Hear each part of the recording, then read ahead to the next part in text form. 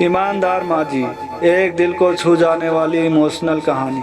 Doctor Ravi OPD के काम में व्यस्त थे। वो हर दिन 100 से भी ज़्यादा बीमार बच्चों यानी पेशेंट को रोजाना मिलते थे। वो इस काम को किसी मशीन की तरह हर दिन किया करते थे। उनके सहायक ने उनके चैम्बर में आकर उन्हें बताया, 2 औरतें एक बच्चे को लेकर आई हैं। बच्चा सांस भी बड़ी मुश्किल से ले पा रहा है। आप कहें तो उन्हें अंदर भेजूं। डॉक्टर ने हाँ में सिर हिलाया।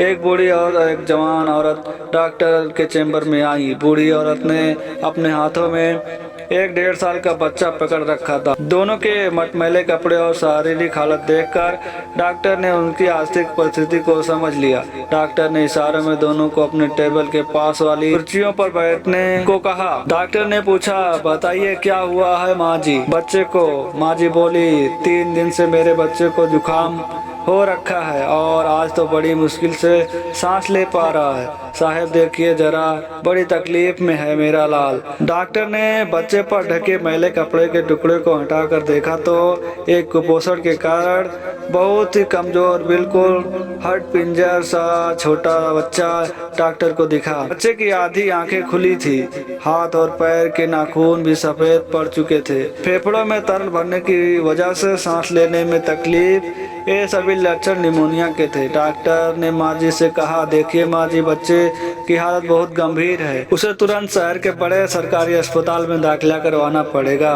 हो सकता है वहाँ उसे सांस की मशीन की जरूरत पड़े। वह मेरे पास नहीं है, लेकिन उस अस्पताल में है। आप इसे तुरंत वहां ले जाइए। माँ जी ने हिचकिचाते हुए कहा, हमें तो लगा था हम दवाई लेंगे और घर वापस लौट जाएंगे, इसीलिए हम घर से सिर्फ 300 लेकर चले थे, जिसमें से 80 तो भाड़े में ही खर्च हो गया। अब कैसे? डॉक्टर ने पहले ही उनको देखकर अंदाजा लगा लिया था उनकी समस्या क्या हो सकती है। आप चिंता मत कीजिए माँ जी, जहाँ मैं आपको भेज रहा हूँ वह सरकारी दवाखाना है और वहाँ पर गरीब लोगों को अच्छे से इलाज किया जाता है।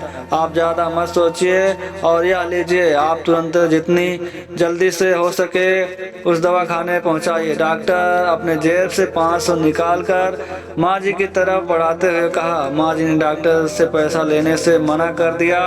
उन्होंने कहा, मैं आपसे यह कैसे ले सकती हूँ, उल्टा मुझे आपको देना चाहिए। आप फिक्र मत कीजिए, हम अभी बस स्टेशन जाते हैं, वहाँ पर किसी से संदेश भिजवाते हैं। इस बच्चे का बाप कुछ न कुछ करके पैसों का इंतजाम कर लेगा। डॉक्टर को माँ जी का ऐसा व्यवहार देखकर काफी अचरज हुआ, क्योंकि उन्होंने कई ऐसे लोगों को देखा था जो किसी भी बहाने से पैसा छीनने को तैयार रहते हैं, और यह गांव की गरीब माँ जी हैं जिन्हें इन पैसों की इतनी सख्त जरूरत है, फिर भी पैसे लेने से मना कर रही हैं। देखिए माँ जी, समझने की कोशिश कीजिए, बच्चे की हालत बहुत गंभीर है। आप बस स्टॉप तक जाएंगी, संदेशा भिजवाएंगी, बच्चे का बाप कहीं से पैसों का इंतजाम करेगा, इन सब में काफी देर हो जाएगी और आपका बच्चा इस स्थिति में नहीं है कि ज्यादा देर बर्दाश्त कर सके। हो सकता है थोड़ी ही सही आपसे बाहर से कुछ दवाएं या इंजेक्शन मंगवाया जाए, तब आपको इन पैसों की जरूरत पड़ सकती है। अब ज्यादा सोचने में समय ना गंवाइए, और भी पैसों की जरूरत पड़े तो हिचकिचाइएगा नहीं, मेरे पास आ जाइएगा। डॉक्टर ने कहा। दोनों ही औरतें पैसा लेने नहीं चाहती थी, लेकिन उनकी मजबूरी थी या फिर बच्चे की बिगड़ती हालत। उन्होंने बेमन से पैसे ले लिया और अस्पताल की तरफ रवाना हो गए। डॉक्टर रवि फिर से अपनी उसी मशीनी दिनचर्या में लग गए। 3 दिन बाद उनका सहायक फिर से उनके चैम्बर में आया और डॉक्टर से कहने लगा, सर, एक बूढ़ी औरत आपसे मिलना चाहती है। डॉक्टर ने कहा, तो तुमने उन्हें बताया नहीं कि मैं बच्चों का डॉक्टर हूँ? सहायक ने कहा, सर आप समझे नहीं, आपको याद होगा कुछ दिन पहले 2 औरतें एक बच्चे को लेकर आपके पास आई थी। बच्चे की हालत बहुत खराब थी, उन्हीं 2 औरतों में से एक है। डॉक्टर रवि अपने रोज के बिजी शेड्यूल के चलते इस बात को कब का भूल चुके थे। सहायक के बताने पर उन्हें याद आ गया और उन्हें लगा कि शायद उन्हें और पैसों की जरूरत पड़ी होगी, इसीलिए आई होंगी। उन्होंने उस माँ जी को अंदर भेजने के लिए कहा।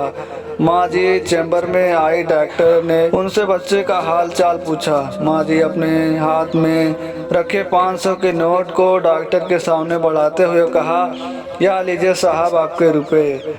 इनमें से एक भी दवाई के लिए इस्तेमाल नहीं हुए। अस्पताल में पहुंचते ही बच्चे ने दम तोड़ दिया था। उस दिन तो हम लाश लेकर घर पहुंच गए थे। आज जब अंतिम संस्कार हो गया तो आपके पैसे लौटाने आ गई हूँ।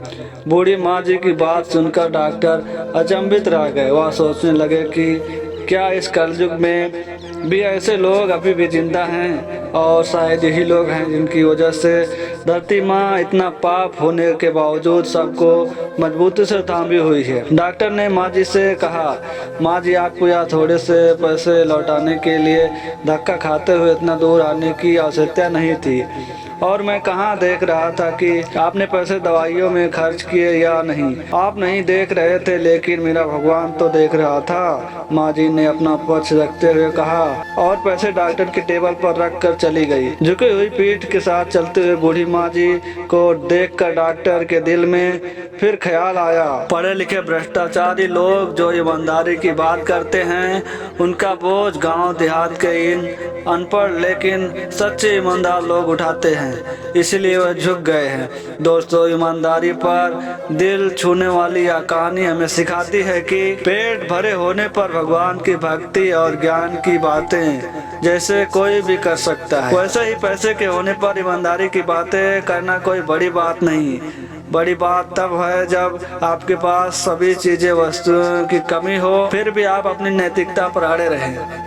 तो दोस्तों, बस इतनी सी थी यह कहानी। अगर हमारी कहानी आप लोग को पसंद आ रही है तो प्लीज़ आप लोग जो है चैनल को सब्सक्राइब कर लीजिए, बेल आइकन दबाएं, जिससे हम लोग नेक्स्ट वीडियो अपलोड करें आप लोग को नोटिफिकेशन सबसे पहले मिले। मिलते हैं नेक्स्ट कहानी के वीडियो में, तब तक के लिए आप लोग जहाँ पर रहिए स्वस्थ रहिए, मस्त रहिए।